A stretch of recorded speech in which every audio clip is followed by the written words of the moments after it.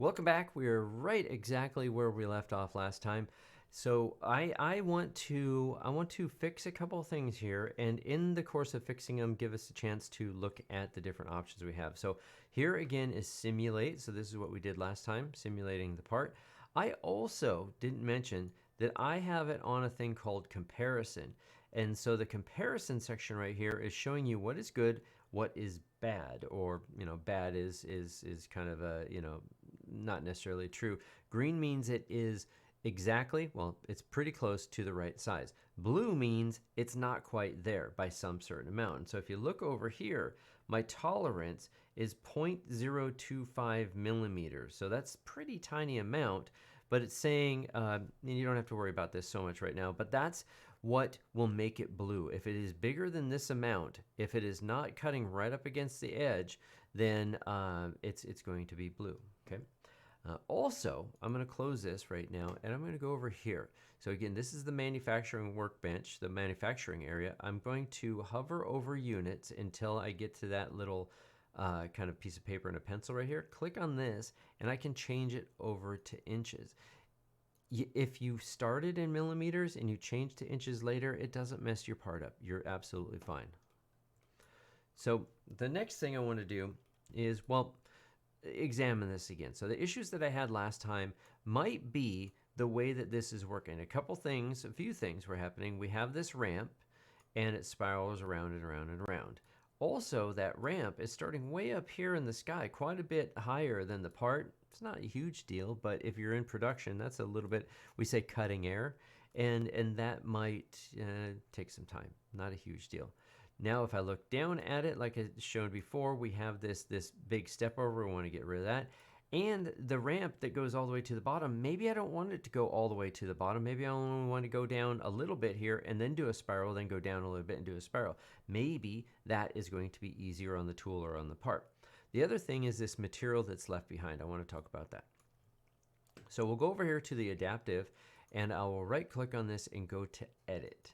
So this brings this window back up. There is a lot of stuff here.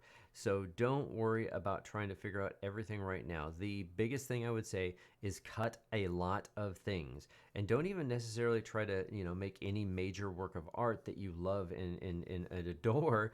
Just try some simple things over and over and over again to get used to the process. So I'm here. I've got a 1/4 inch end mill. That's fine. I've got some feed rates. Briefly, I'll mention the main one here is going to be our cutting feed rate, and there's a lot here. There's a lot to think about. There are calculators out there that you can figure out what the feed and speed rates, they say all the time, should be for the material cutting. But what I would really say is test it yourself. It's not that hard to figure out that the end mill, when you're cutting, is making a horrendous noise, and you probably should slow it down. And if everything is fine, then maybe you creep up on it, and then you get going a little bit faster, and then you remember that number and the material and the end mill on which machine you're using to cut that, and that becomes kind of your standard. I'm not going to change this right now because it's not going to change anything we're doing for what we want to talk about today. So we have geometry. We have heights, which is a bunch of predefined planes for certain operations. And we have passes. This is going to be where we're going to be in a second. And linking, okay? The one that we want right now, the one that has most of the information we care about, is here. So let's deal with first the step over, the amount that the end mill steps over. In most programs, they call it step over.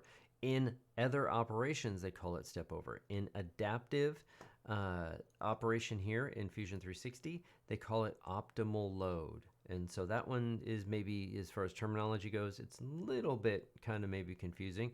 But it says right now it's 100 thou, 0.1 inches. So I want to change this to, how about 0.05? And that's it. I just want to change one thing and hit OK and see what it looks like.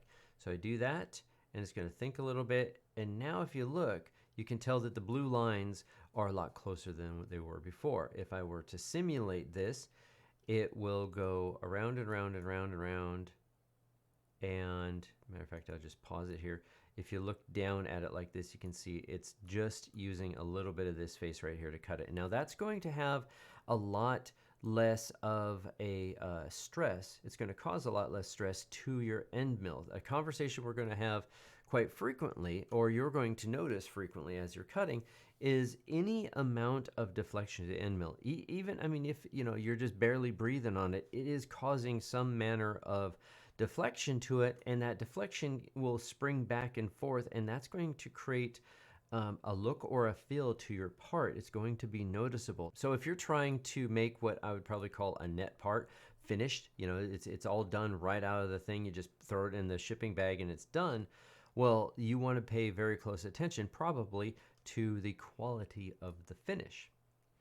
Okay, so that is the optimal load, or the step over. So now I'll go over here again, back to edit, right click, hit edit, and I'll go back to passes. And now I want to look at this and say, well, maybe I don't, like I said, want it to go all the way down to the bottom. Maybe I feel that's a little bit aggressive. Let's do it in a couple passes. So this part is the one that it's a little bit confusing, maybe, and it is the reason it's called adaptive, rather than in a lot of programs you would just have an operation called horizontal roughing, horizontal finishing, and it's a combined sort of thing of I think Fusion was probably the first one I saw to do this, but we're going to combine maybe a couple operations in one, and it's going to adapt to the shape of the part. So here's what this means mostly. I've got maximum roughing step down. It's set at whatever that was, 0.39. So that, if it's a straight wall, it's going to try to go down that far. 0.39 is deeper than the whole part, so it's going to go all the way down. If I say that it's just 0.1, now if you look at this, can you tell? There's one up here that's higher and one down here that's a little bit lower. So it's going to do that in two cuts. We'll simulate that, and now this time I'm going to turn on transparent so you can see through it, and I'll hit it from the side, and now you can really see what's going on. So I hit go, and it's going to come down here. It gets to that first plane, that first section right there, finishes everything, and then it's going to go down another step, the 0.1, but you'll notice it can't get all the way to the bottom quite yet, so it has a little sliver left. Okay, now think about what's happening right now. It's spiraling out round and around and around.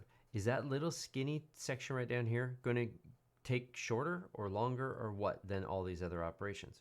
Well, that operation right there, it doesn't matter that it's taking off just whatever tiny amount that is.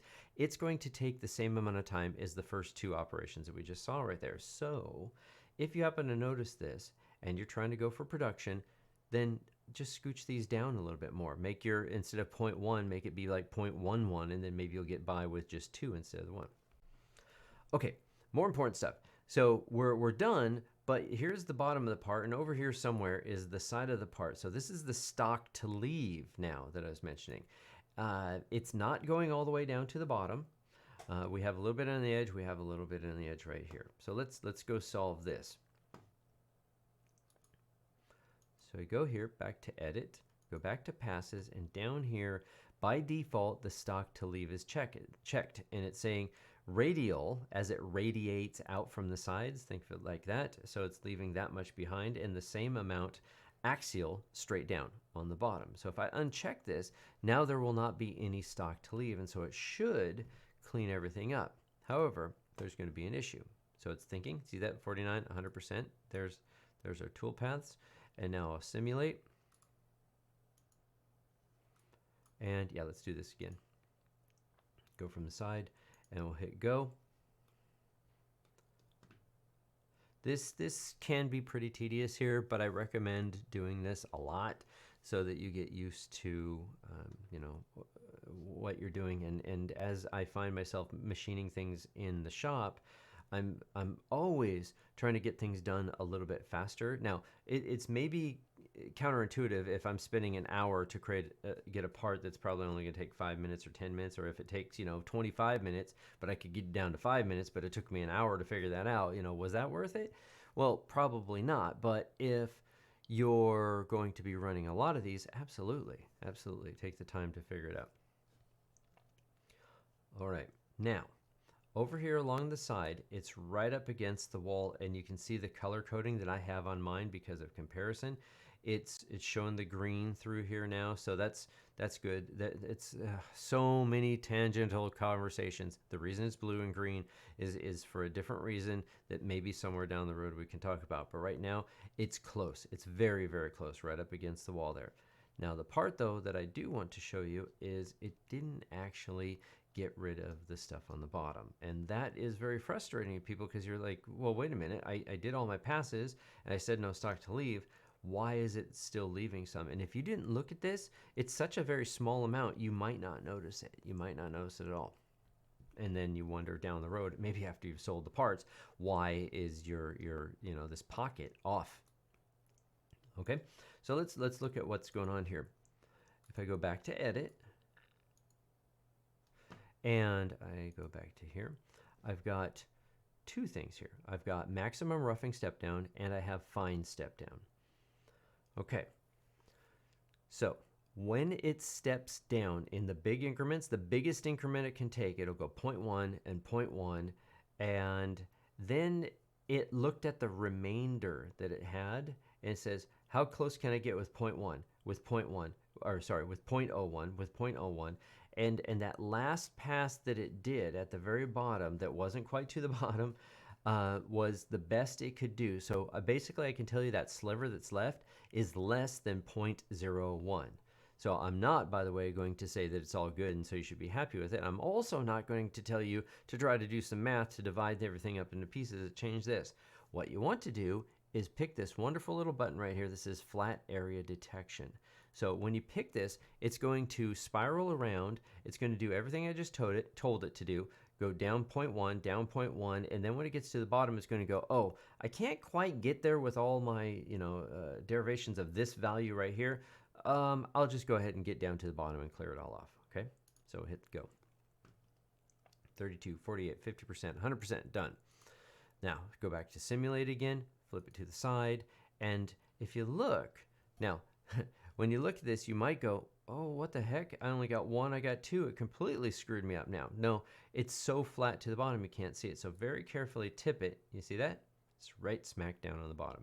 So if I hit simulate now, I'll speed it up a little bit. By the way, if you want, you can just get to the end here and say go to the end of toolpath. Let's flatten this out and all is good, okay?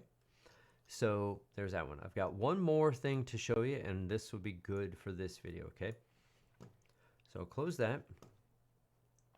What I want to deal with now is if I look at this from the side, this one is probably not very significant for where you're at right now. But again, later, if you're trying to get a lot of work done, this will irritate you a little bit. This is this spiral, this default amount on top of the part here. This is 0.1. So it's going to go round and round and round. Now this, back to the feed rates that we looked at earlier, ramp rate is usually typically pretty slow. So it's going to go very slowly into the part, and then once it starts to spiral out with those step overs, then it's going to get a little bit faster possibly. So my point is this might actually take a little while, more than you want to wait. So it goes around and around and around cutting air. If you go here, and now instead of this tab, you're going to go to this last tab, and there's a thing right here that says ramp. What you want to do is look where it says your clearance height right here. Now we were in metric and then we changed over to inches, so yours will probably have a little bit more easy to understand numbers. But if I just swipe this all out and say 0.01 inches, so just 1/10 thou off the part is probably good. By the way, this gives it a little ease into it. Instead of starting right on top of the part, you just sort of gradually ease into it. If I hit OK and I let it do its thing, now you look, you see that right there? That's where it starts. So we got rid of all of that excess, and I guess, what the heck, just to simulate this as we've been doing. Now when it comes down, it's going to go, oh, that was too fast. Boy, that was no good. Let's start this over again. Here, watch, we'll scrub this back to the beginning and hit play, and it'll just come down here right to that point, spiraling, and then start engaging the material right there. All right. So that will do it for this one. Next ones, we'll probably look at a few more nuances and then maybe talk about our colorization that we see right here and why it's important in regards to our finished part.